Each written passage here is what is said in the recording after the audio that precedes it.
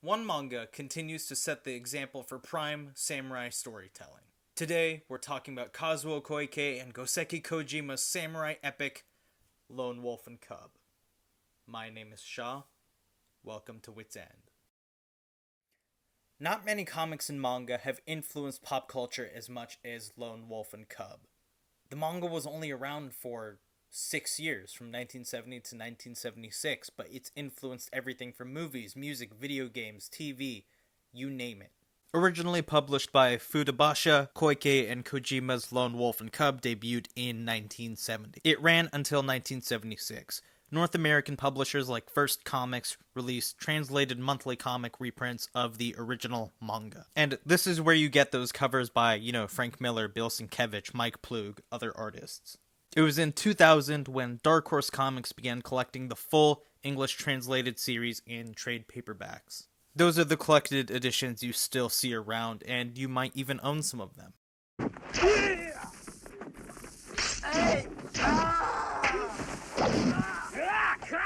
Where did Lone Wolf and Cub come from? I'm going to let its co-creator Kazuo Koike tell you about that himself.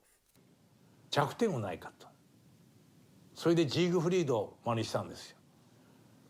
ジーグフリードという剣士が悪魔を倒すんですよ。悪魔の竜を。そうすると悪魔の血を浴びるんですよ。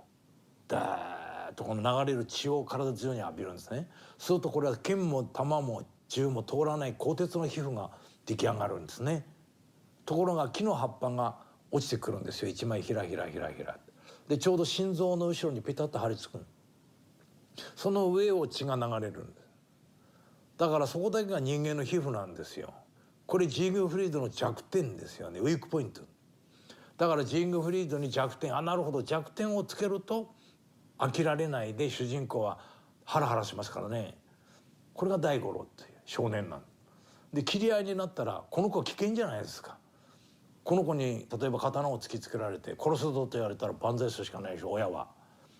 ところがこの親は万歳しないんですよ。殺せっていうわけですよ。ほんで大五郎も平気なんですよ。見てる人はハラハラハラハラするわけですよ。それがヒットの要因だという。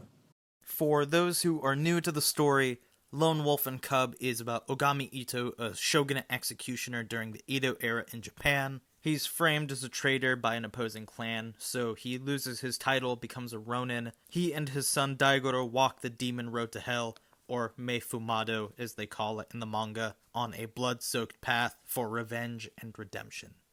As much as Lone Wolf and Cub influenced others, the manga was influenced by pop culture too. Kojima and Koike were massive film fans, and inspirations from samurai filmmakers like Akira Kurosawa are apparent in the manga, at least early on. Hiroshi Inagaki's Samurai Trilogy, which I've talked about on this channel before, is also an influence. And Koike mentioned this source in multiple interviews, but the Western story, the German story of Siegfried and the Dragon, is also one of Koike's biggest influences.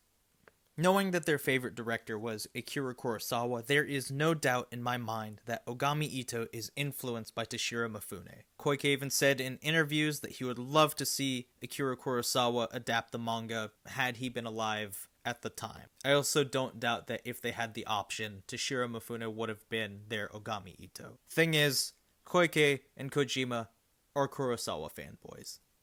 Lone Wolf and Cub would not have lasted as long without the father and son bond of Ogami Ito and Daigoro. You would get bored following an indestructible killing machine.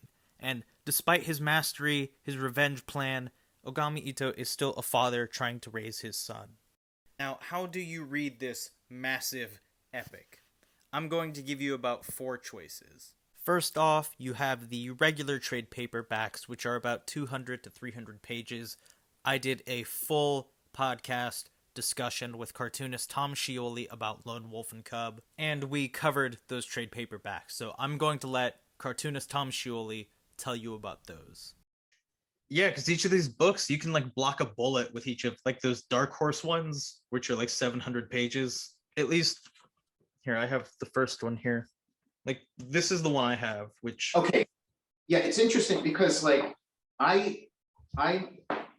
learned about it in these sort of mini ones that putting out in, I guess, maybe like the early 2000s or the late 90s or something, these little mini ones.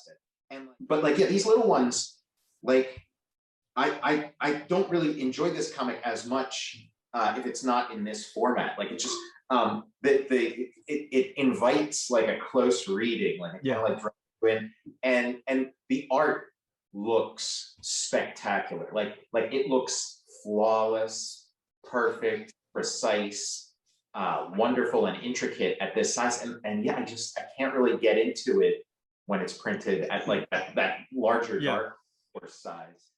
And then my personal favorites. There are 12 omnibus editions released by Dark Horse, just like the trade paperbacks, which collect about 700 to 800 pages of Lone Wolf and Cub stories.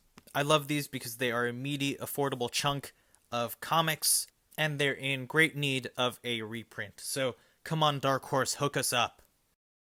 Despite being low on print, you can still find these omnibus versions or the trade paperbacks in bookstores, online, or comic shops. If you've never read Lone Wolf and Cub before, Volume 1 is pretty readily available in generally any bookstore you go into, or hopefully your comic shop can order it for you, or you can find it online, but Volume 1 is out there. So there's really not much I can add about these books. They are meaty chunks of story, they're very affordable, they have Frank Miller and Lynn Varley art adorning the covers, and they look nice when you have all of them together on a shelf. So let's move on to the next option. You can still find the single issues of Lone Wolf and Cub if you lurk around comic book shops or dollar bins. The first comics single issues are still there, you just have to look hard enough, and they're not that expensive. The bonus is that you get covers by Frank Miller, Bill Sienkiewicz, Mike Ploog. The only downside to the first comics editions, they never finished publishing the series.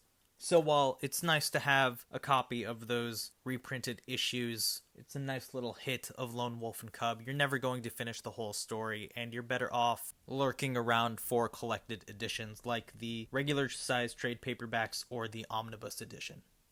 And next up, the Japanese editions of Lone Wolf and Cub. I don't know how accessible these are in the US, but if you know whether Lone Wolf and Cub gets reprinted regularly in Japan, please feel free to let me know. My comments are always open. But the US needs a desperate reprint of Lone Wolf and Cub. So seriously, Dark Horse, hook us up.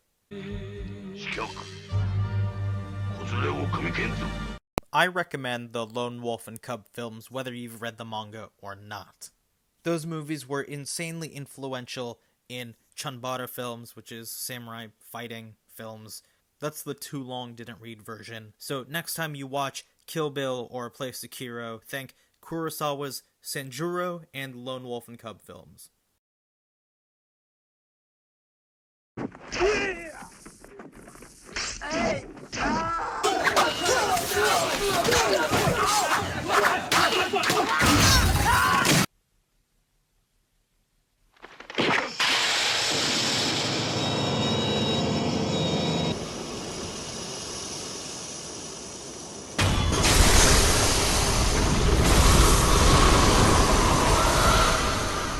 As far as adaptations of comics or manga go, Lone Wolf and Cub has a unique history. It's crazy. The first Lone Wolf and Cub movie came out in 1972, 2 years after the manga debuted. 6 films were made in total between 1972 and 1974. That means the film series ended before the manga, which ended in 1976.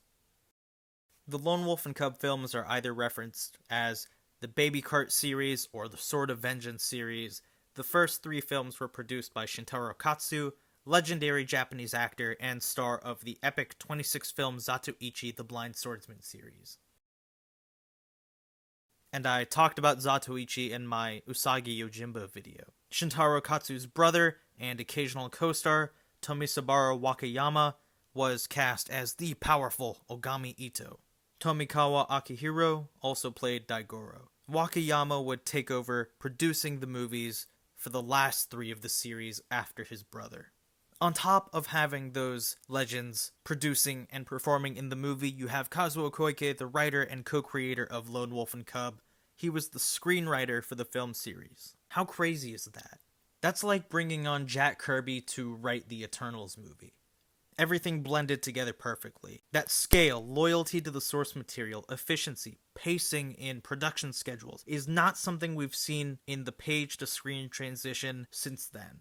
Not even the big budget ones. But that's because the big studios don't actually care about the creators whose work makes them billions of dollars. Anyway, while there have been movie and TV versions of Lone Wolf and Cub, I think the movies and the original manga are perfect as they are. I don't think they should be changed or rebooted. That said, at San Diego Comic-Con 2013, Kazuo Koike and Dark Horse Comics announced Lone Wolf and Cub's follow-up series, New Lone Wolf and Cub. During that convention, Koike talked about who he would want to remake the Lone Wolf and Cub. Like I said earlier, if Akira Kurosawa were still alive, that would have been Koike's first choice, but then he said he would prefer to just make them himself. Do you want to know who he wanted to play Ogami Ito? Go ahead, guess. Keanu Reeves or Johnny Depp. It would be impossible to cover the impact and influence Lone Wolf and Cub has had on pop culture. But I will try. Lone Wolf and Cub lives inside of Frank Miller's Daredevil and Ronin, or everything he did throughout the 80s, The Last of Us, Mandalorian, God of War, Jiz's Liquid Swords, Thundercats, The Beyond / Where the Giants Roam, Sekiro, Logan, Bob's Burgers, I Am Serious About That One, and a few Usagi Yojimbo stories. Yeah, that's a long list, and that's probably not even everything. I hope you learned something about Lone Wolf and Cub with this. It's one of my favorite stories of all time. I've done a podcast about it with cartoonist Tom Scioli, and I've done a video all about Stan Sakai's Usagi Yojimbo. The podcast is called Wit's End. I put up talks each Wednesday and have conversations with mostly comic book creators.